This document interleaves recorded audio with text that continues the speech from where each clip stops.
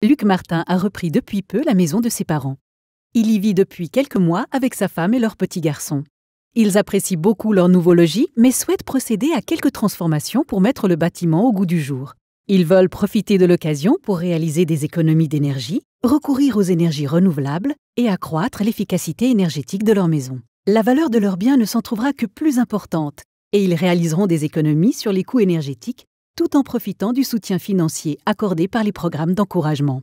Le couple s'est penché de manière approfondie sur les conditions de subventionnement de leur nouveau canton de domicile. Luc et sa femme ont tout d'abord bénéficié d'un conseil énergétique professionnel prodigué par un expert CECB.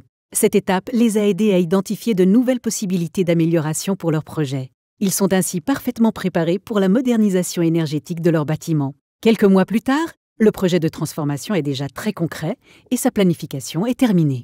Luc souhaite maintenant soumettre lui-même la demande d'encouragement. Un soir, après avoir rassemblé les plans, les descriptifs de construction et toutes les annexes de la demande, il s'installe tranquillement devant son ordinateur pour soumettre une demande d'encouragement via le site internet leprogrammebâtiment.ch. Après avoir sélectionné le canton dans lequel se situe le bien, Luc accède à un aperçu des mesures encouragées dans le canton en question. D'un simple clic, Luc se trouve sur le portail de gestion des demandes du canton. Il peut alors commencer à saisir ces données. Il doit tout d'abord créer son compte utilisateur pour se connecter de manière personnalisée sur le portail de gestion des demandes. Une vue d'ensemble offre en tout temps à Luc un aperçu complet de la situation. Il poursuit le processus de saisie sous l'onglet « Requérant » où il complète et enregistre ses données personnelles ainsi que les coordonnées des personnes impliquées dans le projet. Les contacts ajoutés se trouvent maintenant dans le carnet d'adresses. S'il le souhaite, il peut les consulter, les modifier ou les supprimer. Dans l'onglet suivant, intitulé « Bâtiment », Luc insère des détails tels que l'adresse, le type de propriétaire, ainsi que le numéro EGID ou de parcelle de l'objet concerné.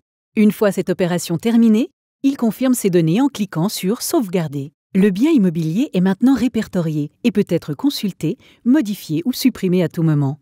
Luc poursuit avec le dernier onglet intitulé « Vos demandes ». D'un clic, il parvient au cœur de la plateforme, le processus de la demande. Sous la rubrique propre aux mesures, Luc choisit la mesure d'encouragement que sa famille prévoit pour leur maison, à savoir l'isolation thermique de la façade. Luc doit soumettre une demande séparée pour chaque nouvelle mesure.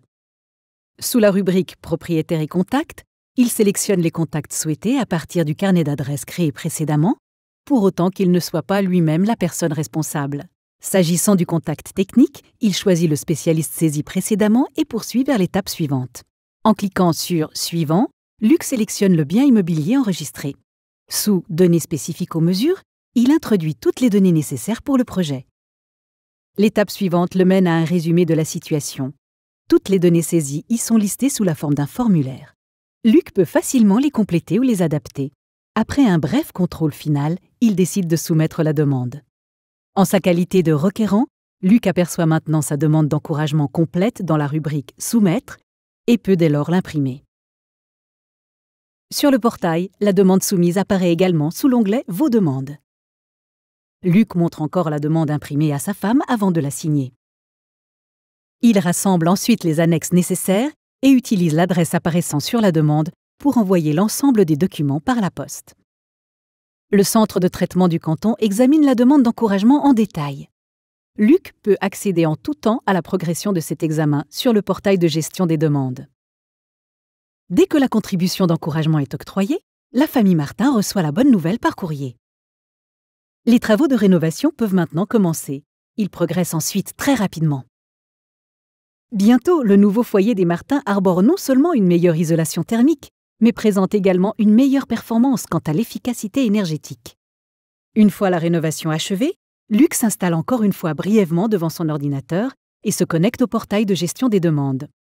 Sous l'onglet « Vos demandes », il clique sur le petit drapeau qui est désormais actif. Pour générer le formulaire d'achèvement relatif à la subvention, Luc clique une nouvelle fois sur le formulaire de demande, comme lors du dépôt de la demande, et complète les éléments nécessaires, y compris les données bancaires. Il imprime le formulaire d'achèvement et l'envoie par courrier, annexe incluse, au centre de traitement du canton. Le formulaire d'achèvement est examiné et dans la mesure où les conditions d'encouragement sont respectées, le montant d'encouragement est versé sur le compte des Martins. Simple et durable. le programme bâtiment de la Confédération et des cantons.